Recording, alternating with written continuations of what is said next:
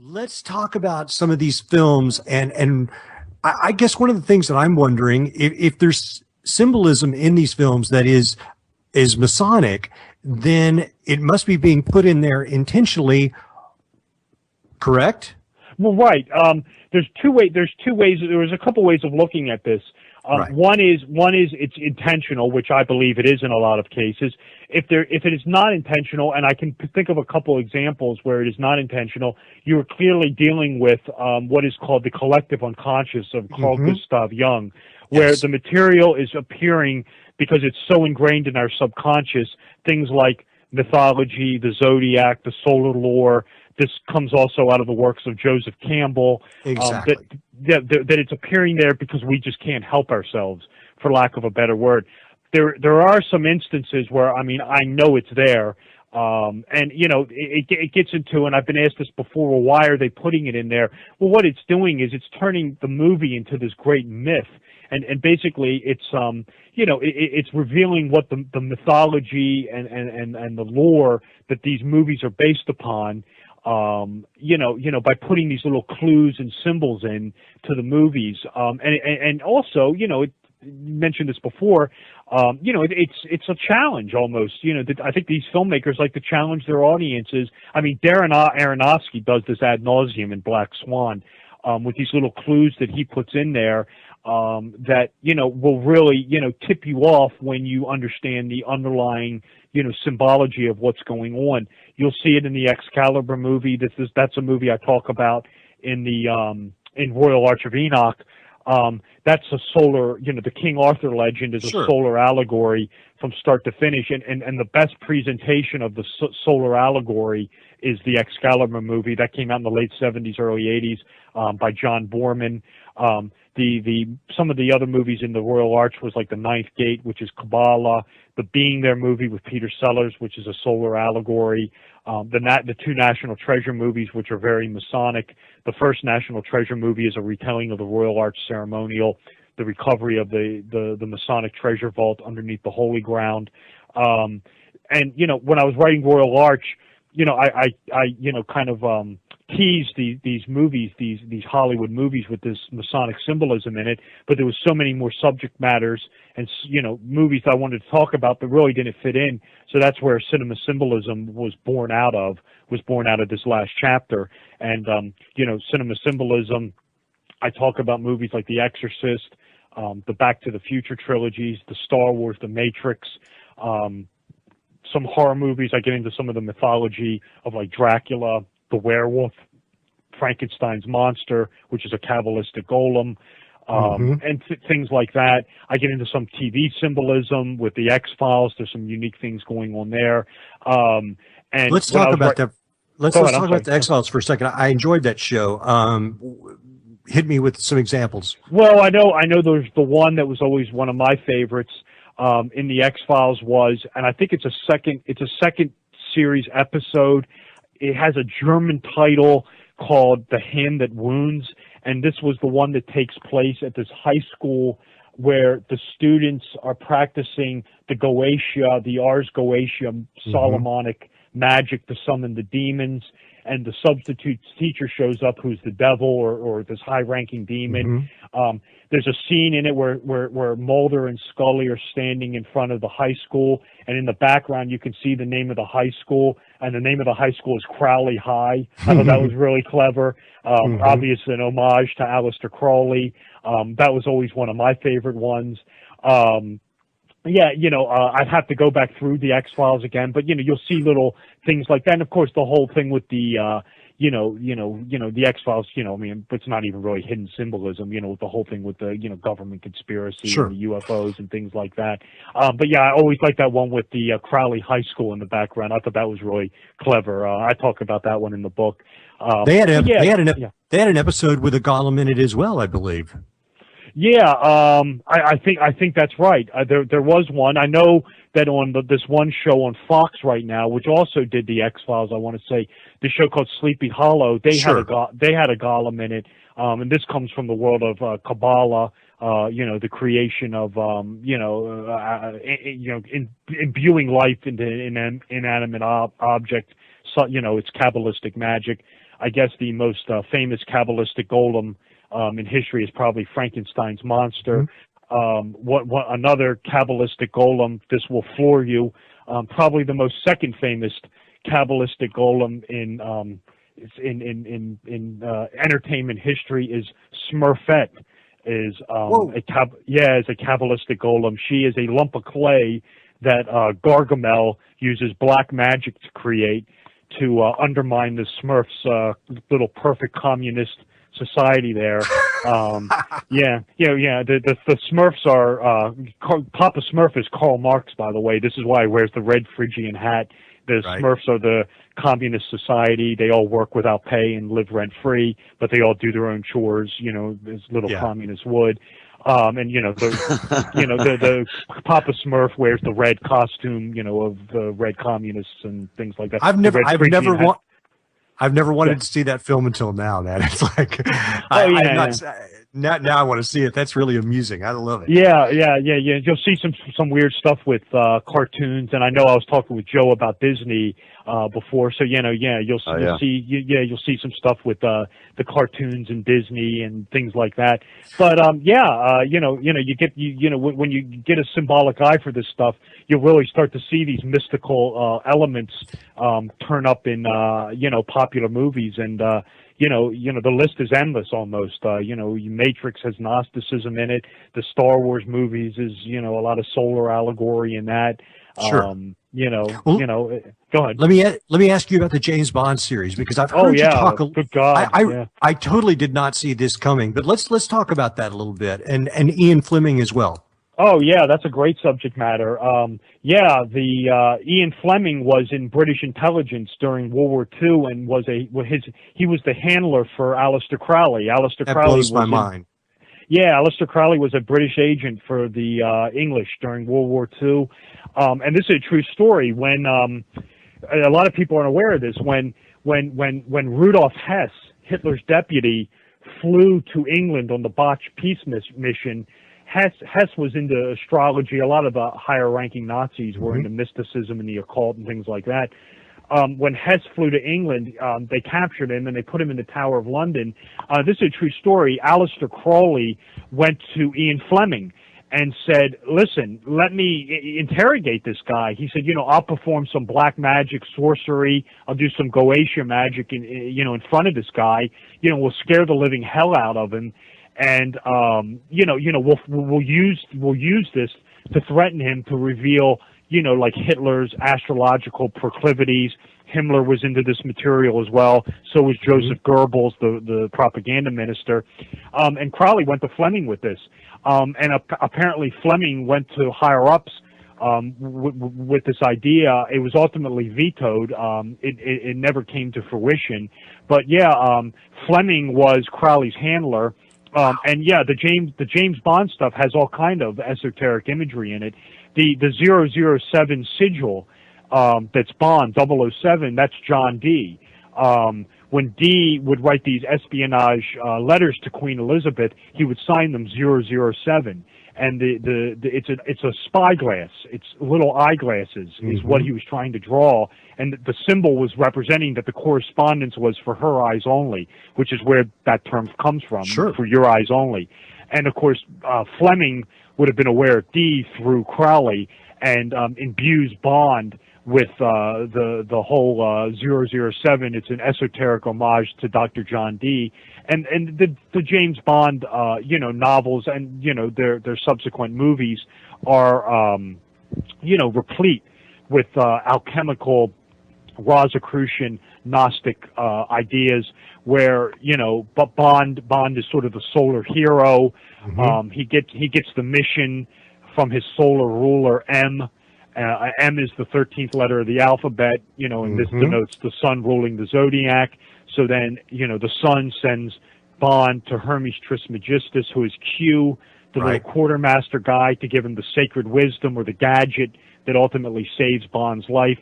Then Bond will always encounter the sacred feminine, who is the Bond girl, that once he hooks up with her, the alchemical wedding occurs, and now Bond can go on and defeat the Gnostic demiurge-like supervillain, who is the alchemist Goldfinger, the dragon Hugo Drax, the voodoo occultist Mr. Big, or the Illuminati, Blofeld who wants to take over the world. So yeah, you'll see the in Goldfinger, you have what is it? He has the little out of all there's a lot of alchemy is a real big popular subject matter in Hollywood. Well, Sure. when I say that is you will have movies that are alchemically themed that don't actually deal with people trying to turn base metal into gold, but will deal with transmutation of some kind. Exactly. Yes. But in Goldfinger, you actually have an alchemical movie where he has the Philosopher's Stone, Goldfinger that is, which is the nuclear dirty bomb, which is going to transmute the gold in Fort Knox and make it worthless, while alchemically making his gold supply, what is he, 10 times more valuable than the gold in Fort Knox, so collapsing the Western economy. And of course the name Goldfinger, the alchemist who was able to turn the, transmute it was said to have the golden finger, the magical finger, the golden touch, as it were. And Goldfinger's first name is Auric, and AU is the alchemical symbol, for gold. Yes. So you'll see all that in that. James Bond has some great stuff in it. The whole thing with Fleming with you have the voodoo aspect with that's the Live and Let Die movie with the tarot cards. And if you watch the movie, I talk about it more in detail in the book, and the information's not in front of me. But if you pay attention to the tarot cards that she's flipping over, and some of the ones you'll see on her desk, it's anticipating things that are coming in the movie, and little clues that are going on in the movie. You'll see that in there.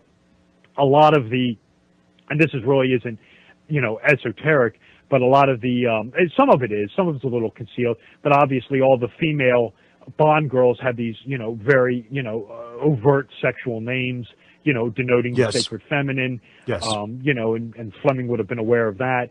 James, I have a whole chapter on the James Bond stuff. It's fabulous material. Tell me about the Wizard of Oz. Oh, well, yeah, that's another good one. This is L. Frank Baum, who was a member of the Madame Blavatsky Theosophy Society. And you have really three levels of symbology going on in the Wizard of Oz.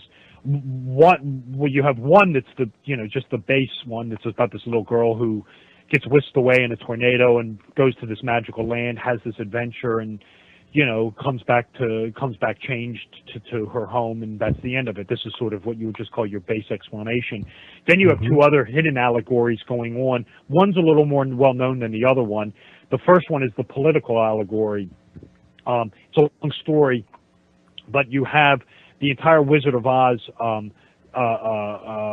characters, and the theme of the movie is a lot of what was going on in the political, socio-economic culture of the late 19th, early 20th century United States, where you have things like the Dust Bowl. I'm sorry, the Dust Bowl. I'm not sure. No. You have where when she gets to Oz.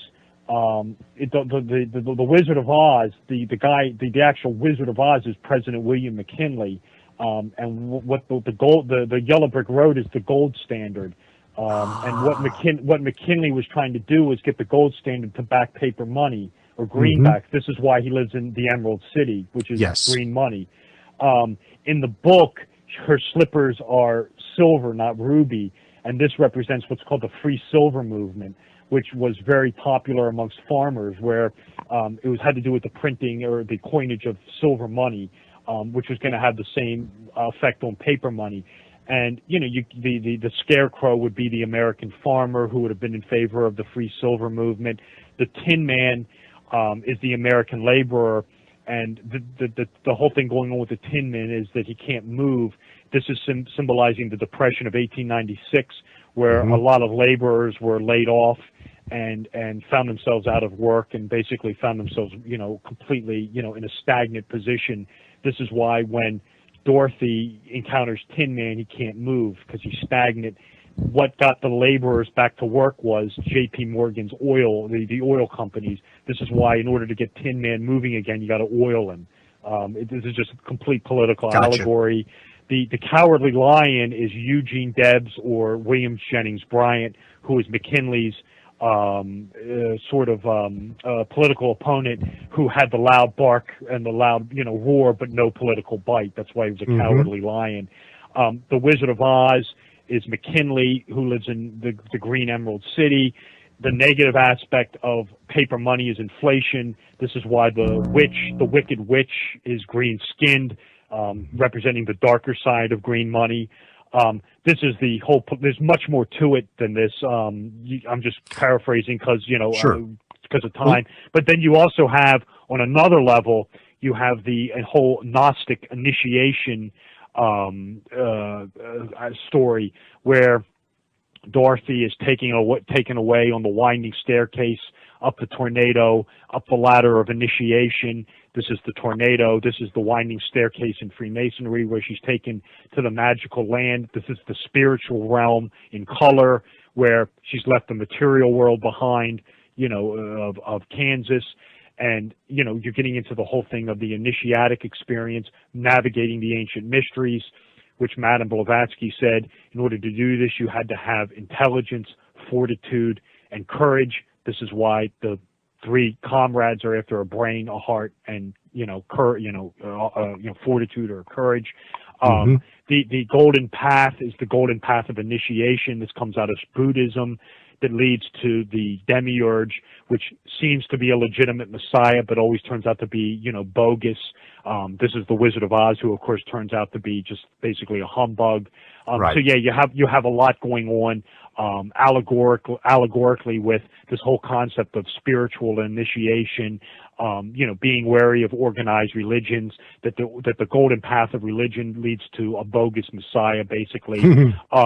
You have in the book, it's more in the book than it is in the movie, where the two witches who use the white magic are of the North and South, and this is symbolizing Gnostic ascension and apotheosis, because in order to achieve this, you have to move up and down on the ladder of ascension, where you have the two women who use the black magic. They're of the East and West. That represents stagnation, because you can't achieve ascension by moving left and right. So Dorothy is battling the two negative women.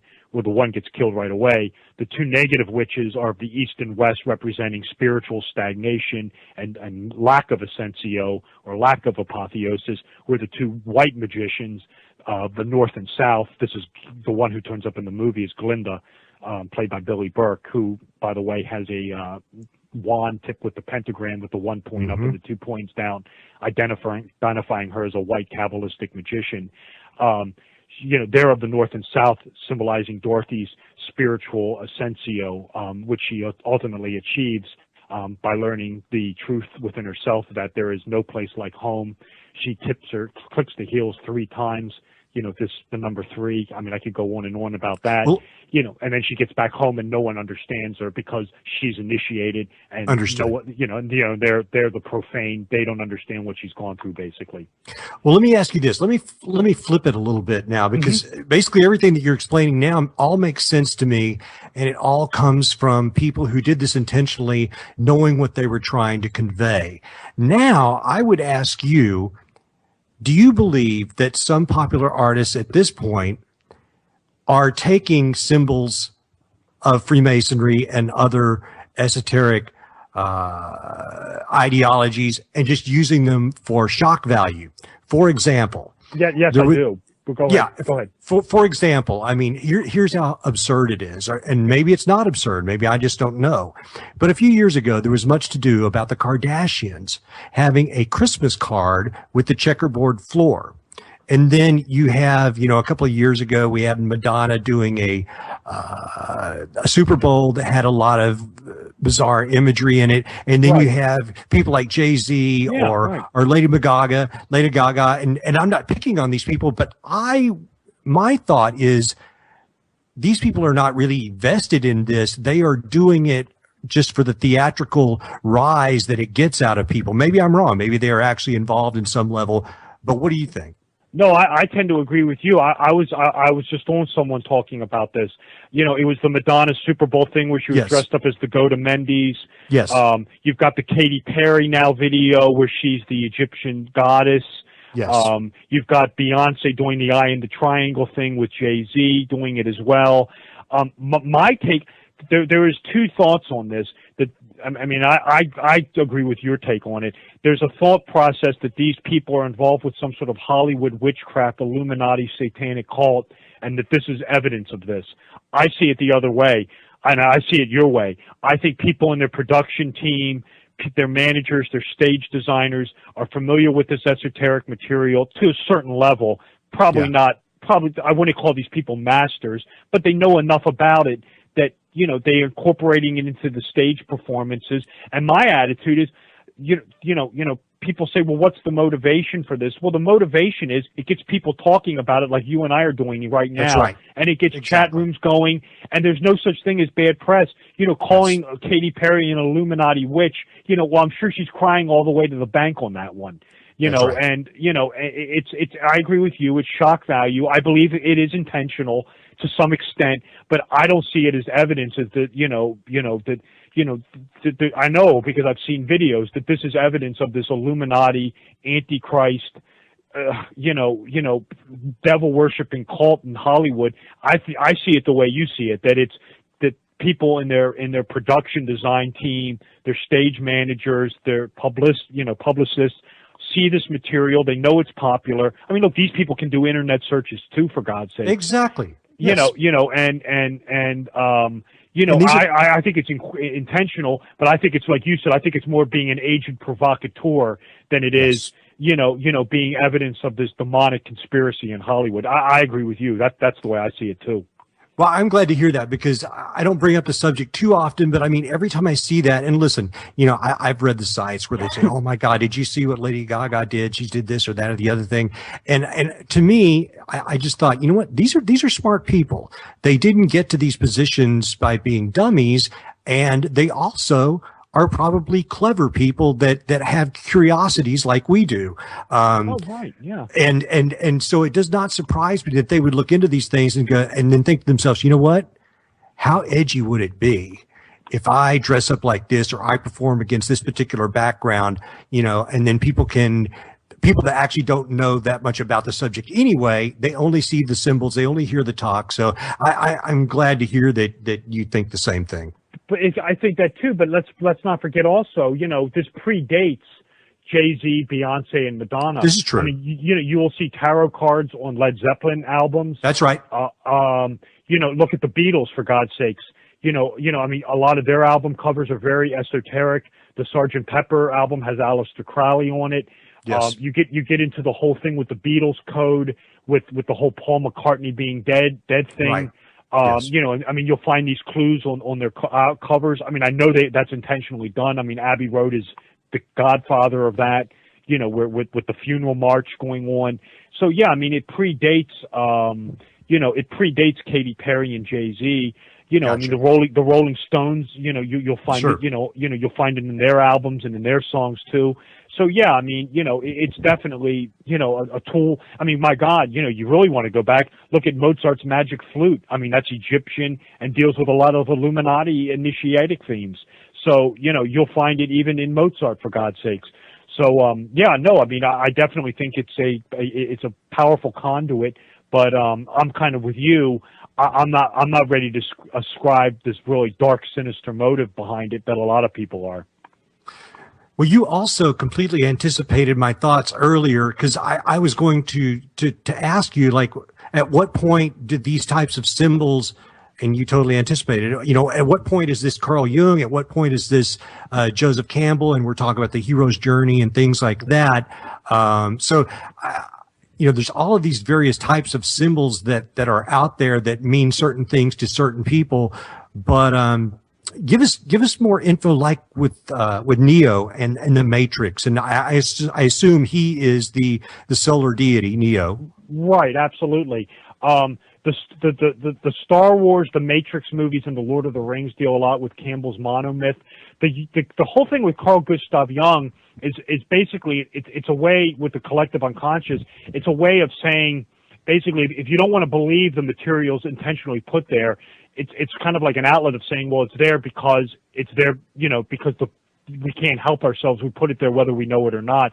I mean, like, Right. you know, I'll get to the Matrix in a minute. Like, for example, I mean, I'll give you a prime example. It's one of the best ones I can think of that has a Gnostic demiurge in the movie, where I know for a fact that the director of the movie had no clue what a Gnostic demiurge is, you know, the lesser creator god. It's the Ed Wood movie. It's the Ed Wood movie, Glenn or Glenda. Ed Wood was this B-movie Hollywood director. Yes. It's a Johnny Depp film. The Johnny Depp movie is a biography of the real Ed Wood. Ed Wood in the early 1950s made this movie with Bela Lugosi called Glenn or Glenda. It's, for lack of a better word, a 65-minute apologia for transvestism.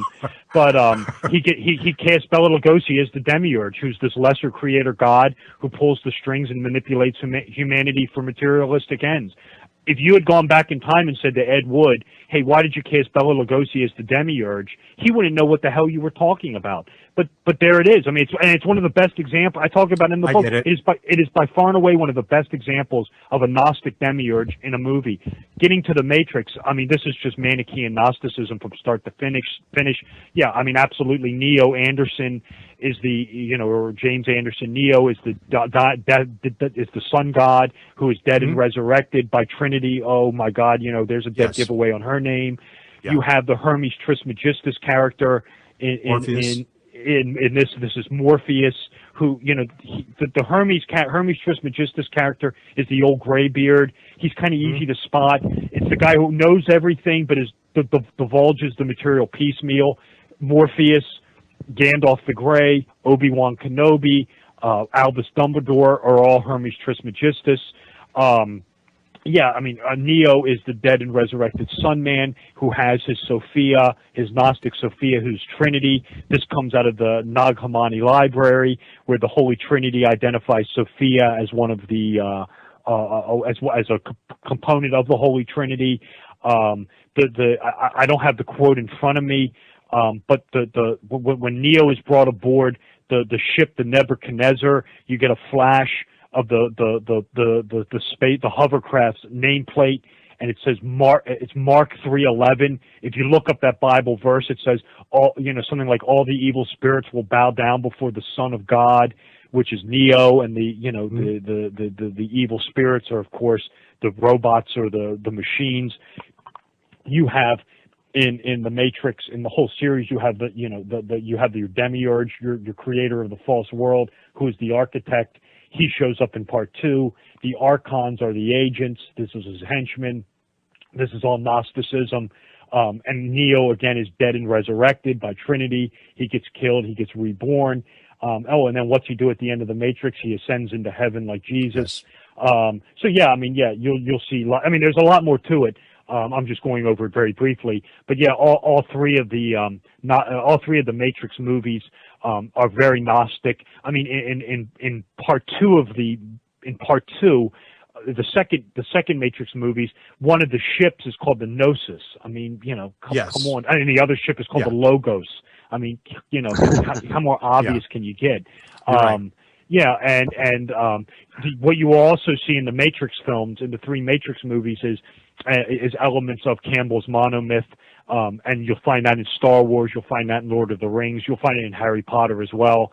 I get into that. It's the whole monomyth thing with Joseph Campbell, the hero's journey, which is basically a soul. Again, if the hero is the sun, then the monomyth is the solar journey, for lack of a better word.